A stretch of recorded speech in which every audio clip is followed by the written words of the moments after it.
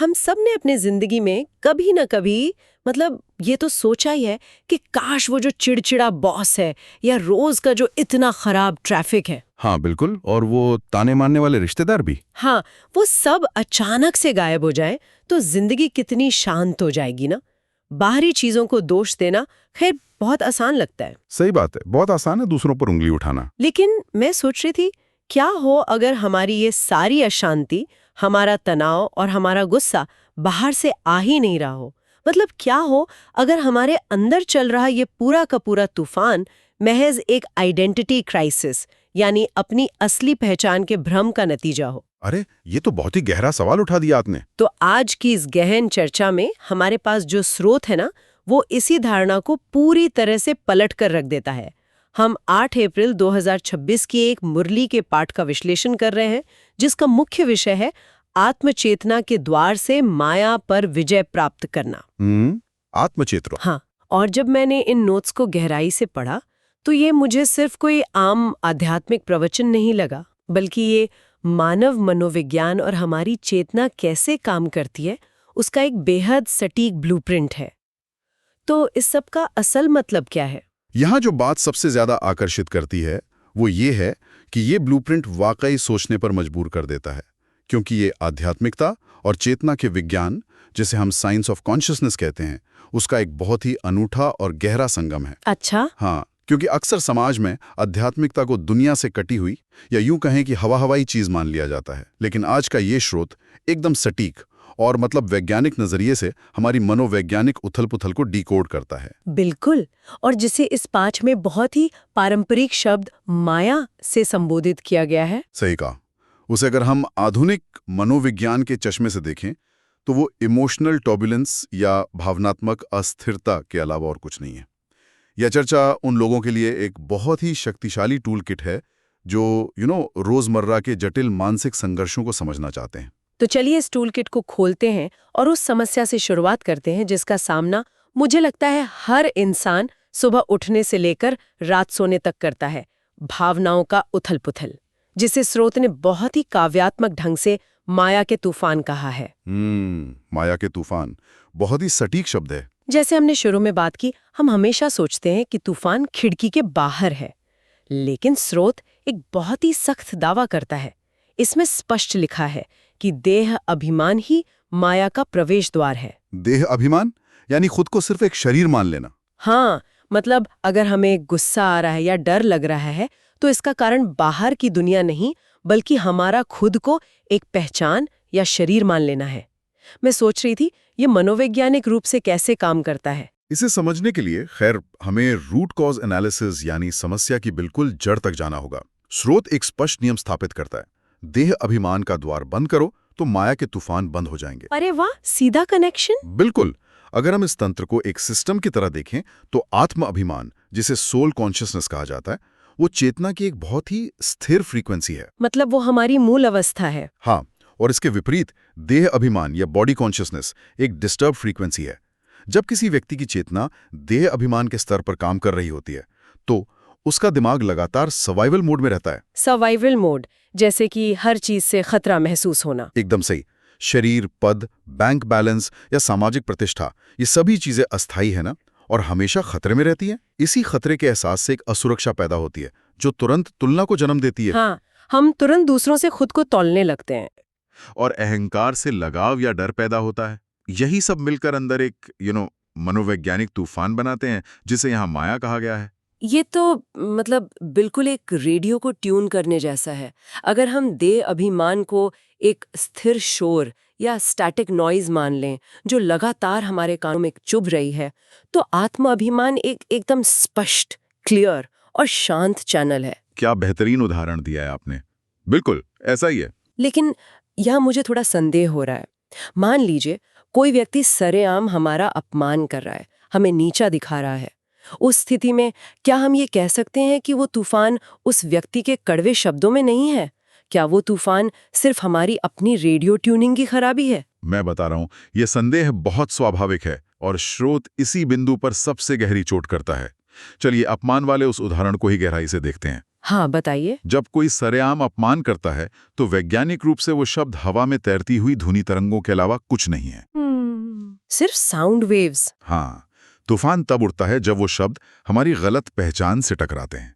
अगर कोई व्यक्ति आत्म अभिमानी स्थिति में है, यानी उस क्लियर चैनल पर ट्यून है, तो वो उस स्थिति को एक दृष्टा की तरह देखता है। मतलब वो खुद को उससे अलग कर लेता है। बिल्कुल।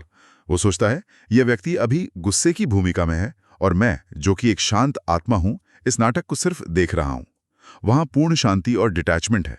अच्छा, और अगर वो देह अभिमान में हो तो? तब तो उसने खुद को उस पद या सामाजिक छवि के साथ जोड़ लिया है जिसका अपमान किया जा रहा है। तुरंत उसका अहंकार सक्रिय होगा। उसकी हिम्मत कैसे हुई मुझे ऐसा कहने की? ओहो, हाँ, और फिर? बवाल।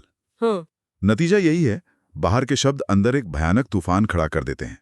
तो निष्कर्ष ये है कि समस्या बाहरी घटना में नहीं है, ये पूरी तरह से पहचान का भ्रम या आइडेंटिटी कंफ्यूजन है। इनको थोड़ा और आगे ले जाएं तो एक बड़ा सवाल ये खड़ा होता है कि अगर आत्मा की उस साफ फ्रीक्वेंसी में रहना इतना ही शांत और सुकून भरा है, तो हम बार बार उस स्टैटिक नॉइज की तरफ क्यों खिसक जाते हैं?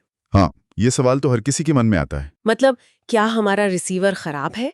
इंसान की फ्रीक्वेंसी इतनी तेजी से क्यों बदलती है कि एक पल हम बहुत शांत होते हैं और अगले ही पल कोई छोटी सी बात हमें ट्रिगर कर देती है और हम फिर से उसी पुरानी चिड़चिड़ाहट में लौट आते हैं? इस अस्थिरता को स्रोत में एक बहुत ही दिलचस्प कॉन्सेप्ट के जरिए समझाया गया है।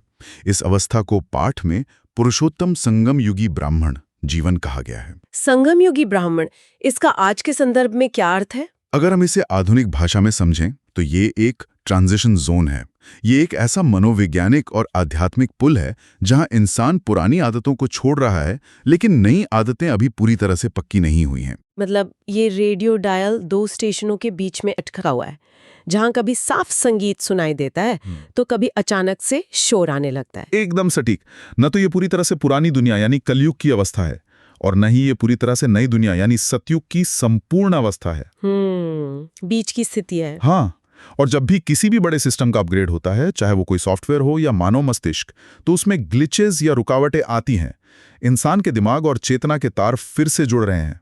ये एक इंटरनल रीवायरिंग फेज है। ओहो, इंटरनल रीवायरिंग। पुरानी देह अभिमानी पहचान सदियों से हमारे अंदर गहराई तक बैठी है और नई आत्माभिमानी पहचान अभी स्थापित हो रही है। इसीलिए इस ट्रांजिशन में कभी बहुत गहरी शांति महसूस होती है और कभी अचानक अशांति का सामना करना पड़ता है। ये विचार तो सच में बहुत बड़ी राहत देने वाला है।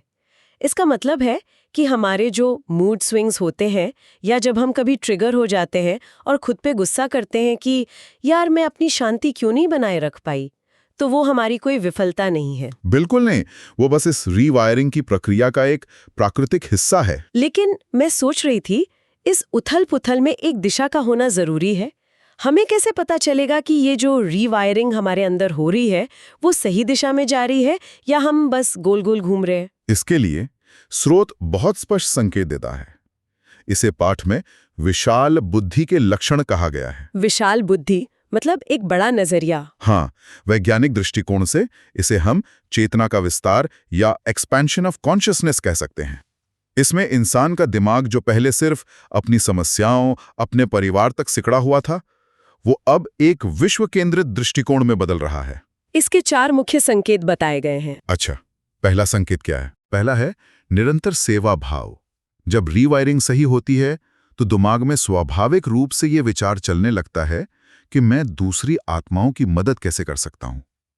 ये एक बहुत बड़ा शिफ्ट है जहां इंसान मी सेंट्रिक से अदर सेंट्रिक हो रहा है। और ये सिर्फ कभी कभार दान पुण्य करने तक सीमित नहीं लगता।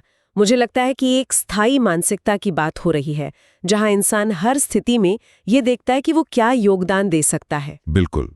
और जब पहला कदम सध जाता है तो दूसरा बदलाव एक प्राकृतिक आवश्यकता की तरह सामने आता है।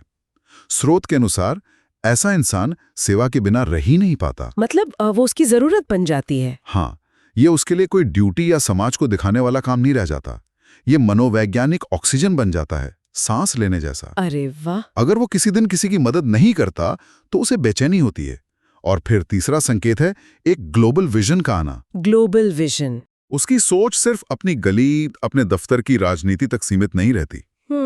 वो वैश्विक स्तर पर सोचने लगता है कि पूरी दुनिया के दुखों को कैसे कम किया जाए। सच कहूं तो ये रोजमर्रा के उन छोटे छोटे स्ट्रेस से बचने का बहुत ही अचूक तरीका है जब आपकी नजर पूरी दुनिया के कल्याण पर हो तो इस बात से क्या फर्क पड़ता है कि ट्रैफिक में किसने आपकी गाड़ी को ओवरटेक किया? एकदम सही बात है, छोटी बातें असर ही नहीं करती। और चौथा संकेत क्या है? चौथा और सबसे अहम संकेत है दूसरों को अपने समान बनाना। अपने समान बनाना मतलब कॉपी करना? इसे हम एक रेप्लिकेशन माइंडसेट कह सकते हैं। स्वार्थी चेतना हमेशा ज्ञान या शक्ति को अपने तक सीमित रखना चाहती है ताकि वो दूसरों से बेहतर महसूस कर सके। हाँ। लेकिन विस्तारित चेतना में इंसान सिर्फ अपनी प्रगति से संतुष्ट नहीं होता, वो चाहता है कि दूसरे भी उसी स्तर की शांति का अनुभव करें। ये तो एक बहुत ही खूबसूरत लक्ष्य है, खुद शांत होना और फिर उस शांति को फैलाना। लेकिन यहाँ मेरे मन में एक व्यवहारिक उलझन आ रही है। हाँ, बताइए क्या उलझन है? अगर चेतना का विस्तार ही हमारा लक्ष्य है तो हमें अपने अंदर की उन अशुद्धियों का क्या करना है जो हमें बार बार नीचे खींचती हैं? क्योंकि जब तक अंदर वो जंग या रस्ट लगी रहेगी तब तक ये रीवायरिंग तेज कैसे होगी? श्रोत ने इस पूरी प्रक्रिया को समझाने के लिए बहुत ही सुंदर मुहावरे का इस्तेमाल किया है, कट निकलना और कशिश बढ़ना। कट और कशिश, ये एक बहुत ही शानदार वैज्ञानिक समानांतर है। यहाँ कट का मतलब है आत्मा पर लगी जंग, यानी रजोगुणी और तमोगुणी संस्कार, हमारी पुरानी अशुद्धियां, और कशिश का मतलब है ईश्वर की ओर आकर्षण। जैसे एक चुंबक और लोहे का विज्ञान होता है? बिल्कुल वही। अगर लोहे पर बहुत मोटी जंग लगी हो तो वो एक शक्तिशाली चुंबक की तरफ भी मजबूती से नहीं खींचेगा, उसे खींचने में संघर्ष करना पड़ेगा। सही बात है, जंग रुकावट डालती है, चुंबक अपनी पूरी शक्ति लगाता है, लेकिन लोहे की अपनी अशुद्धि उस खिंचाव को रोकती है, जबकि एक शुद्ध बिना जंग वाला लोहा तुरंत खिंचता है। यहाँ आत्मा वह धातु है और योग या ध्यान वह प्रक्रिया है जो इस जंग को साफ करती है। ये चुंबक और जंग वाला उदाहरण सच में बहुत शक्तिशाली है, लेकिन मैं यहाँ एक थोड़ा पुशबैक देना चाहूंगी। मुझे ये थोड़ा अव्यवहारिक लग रहा है। अच्छा, वो कैसे? देखिए, अगर हमें लोहे को जंग से बचाना है और उससे साफ करना है तो आम धारणा ये कहती है कि उसे दुनिया की रगड़, नमी और खराब मौसम से बचाकर किसी डब्बे में बंद कर दो। अध्यात्म में भी लोग यही सोचते हैं कि दुनियादारी छोड़ दो, पहाड़ों पे चले जाओ। तो क्या इस जंग को हटाने का मतलब ये नहीं है कि हमें इस दुनिया से भागना होगा? अगर हम इसे एक बड़े परिप्रेक्ष्य से जोड़कर देखें तो यह एक बहुत ही आम गलतफहमी है। स्रोत शीशे की तरह साफ कहता है कि यह किसी भी तरह के पलायन या एस्केपिज्म की वकालत नहीं करता। इसके विपरीत यह एक बहुत ही साहसिक लाइफस्टाइल टीचिंग देता है। वो क्या है? स्रोत कहता है कमल पुष्प समान बनो। कमल की जड़ें कीचड़ में ही होती हैं, वह कीचड़ से पोषण लेता है, लेकिन उसकी पंखुड़ियां उस कीचड़ से पूरी तरह अछूती रहती हैं। अरे हाँ, कमल का फूल मतलब हमें दुनिया के बीचों बीच रहना है, सारी जिम्मेदारियां निभानी है, लेकिन उस कीचड़ को, उस तनाव को अपनी चेतना पर चिपकने नहीं देना है। एकदम सही पकड़े हैं, इसे हम डिटैच्ड इन्वॉल्वमेंट कह सकते हैं। और इस विचार को व्यावहारिक धरातल पर उतारने के लिए एक और गहरा मुहावरा इस्तेमाल किया गया है, हथकार दे दिल यार दे। मतलब हाथों से काम हो रहा है लेकिन दिल यार यानी ईश्वर के साथ है। ये तो एक तरह से मल्टीटास्किंग का आध्यात्मिक वर्जन हो गया। हाँ, इसे हम हाईएस्ट इंटीग्रेशन स्टेट कह सकते हैं। इंसान के हाथ एक्सेल शीट बना रहे हैं, खाना पका रहे हैं, लेकिन उसका दिल एक बहुत ही शांत और उच्च फ्रीक्वेंसी पर ईश्वर के साथ जुड़ा हुआ है। ये सुनकर बहुत अच्छा लगता है, लेकिन मुझे लगता है कि इस इंटीग्रेशन तक पहुंचना एक आजीवन चलने वाली बहुत ही धीमी प्रक्रिया है। पर जब मैं स्रोत सामग्री के आखिरी हिस्से को पढ़ रही थी तो मैंने देखा कि उसमें एक अजीब सी जल्दबाजी है। हाँ, वो चेतावनी वाला हिस्सा। बिल्कुल, उसमें एक बहुत ही सख्त चेतावनी दी गई है कि इस कमल के फूल वाले अभ्यास को अभी क्यों करना है, हमारे पास अनंत समय क्यों नहीं है। स्रोत के अंतिम भाग में एक स्पष्ट खतरे की चेतावनी है। उसमें कहा गया है, अभी अभ्यास नहीं करेंगे तो सजाएं खानी पड़ेंगी। सजाएं खानी पड़ेंगी। यहाँ आकर बात सच में बहुत दिलचस्प हो जाती है, क्योंकि ये सुनकर ऐसा लगता है जैसे कोई बाहरी सत्ता डंडा लेकर बैठी है जो गलती करने पर हमें पीटेगी। नहीं, इसका मनोवैज्ञानिक अर्थ बहुत ही गहरा है। तो इसका असल मतलब क्या है? इसका मतलब कोई शारीरिक सजा नहीं है।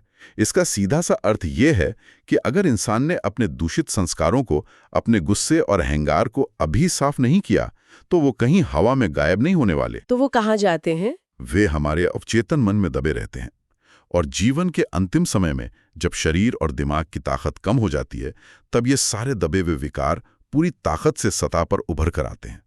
वहां मानसिक पीड़ा ही असली सजा है।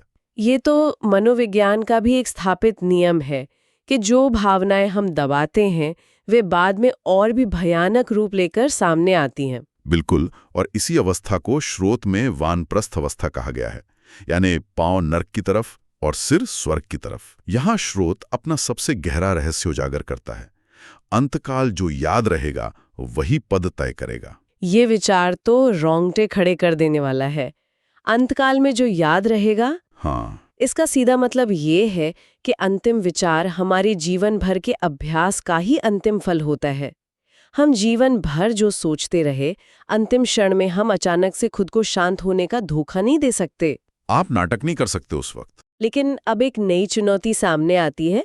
हमारी आज की जिंदगी पहले से ही इंफॉर्मेशन ओवरलोड से भरी हुई है। हम हर दिन खुद को कैसे प्रशिक्षित करें ताकि ये एक और बोझ ना बन जाए।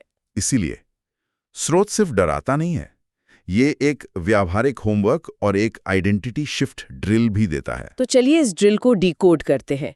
मान लीजिए कोई व्यक्ति ट्रैफिक में फंसा है और उसे अचानक गुस्सा आ रहा है, तो वो उस पल क्या करे? ड्रिल बहुत सरल है। जैसे ही तनाव महसूस हो, इंसान को एक पल के लिए रुकना है और सोचना है, मैं एक आत्मा हूं, ये शरीर सिर्फ मेरा उपकरण है। खुद को अलग करना। फिर सामने वाले व्यक्ति को देखना है और सोचना है, ये भी मेरे जैसी ही एक आत्मा है जो अपनी भूमिका निभा रही है। और तीसरा कदम, हम सबका रचयिता, हम सबका बाप एक ही है। ये तुरंत अहंकार को काट देता है। ये तो एक तरह का इंस्टेंट इमरजेंसी ब्रेक हो गया। और मैंने देखा कि स्रोत में कुछ रोजमर्रा के ट्रैकिंग के तरीके भी दिए गए हैं जो मुझे किसी कॉर्पोरेट परफॉर्मेंस रिव्यू से ज्यादा कड़े लगे। हाँ, ये 5 बिंदुओं का होमवर्क है। पहला है आइडेंटिटी ट्रैकिंग। दिन भर में जब भी दुख या अहंकार महसूस हो तो ईमानदारी से स्वीकार करना कि उस पल मैं देह अभिमानी था। ये ट्रैकिंग तो दिमाग को सचेत कर देगी। और दूसरा अभ्यास क्या है? दूसरा है सोल विजन प्रैक्टिस। अपने जीवन से 3 लोगों को चुनें, एक जिसे हम पसंद करते हैं, एक जिसके प्रति हम तटस्थ हैं और एक वो जिसके साथ संबंध तनावपूर्ण है। ये मुझे बहुत दिलचस्प लगा। उन तीनों को सिर्फ एक आत्मा के रूप में देखना है ना? हाँ, मुझे लगता है कि उस तीसरे इंसान को जिसने हमें दुख दिया हो, बिना पूर्वाग्रह के सिर्फ एक आत्मा देखना सबसे बड़ी मनोवैज्ञानिक चुनौती है। बहुत बड़ी चुनौती है, लेकिन सबसे गहरा न्यूरोलॉजिकल बदलाव भी उसी से आता है। फिर तीसरा बिंदु है सेवा भाव को सक्रिय करना, कि आज मैंने आध्यात्मिक रूप से किसकी मदद की। और चौथा है समय का सही उपयोग।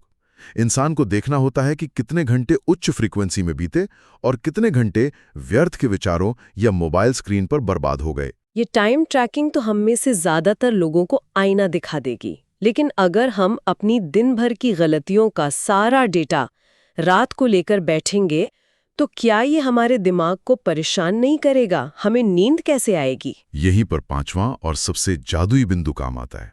रात को सोने से पहले सब कुछ किनारे रख देना है और एक अंतिम विचार स्थापित करना है, मैं आत्मा अपने ईश्वर यानी बाबा के साथ हूं।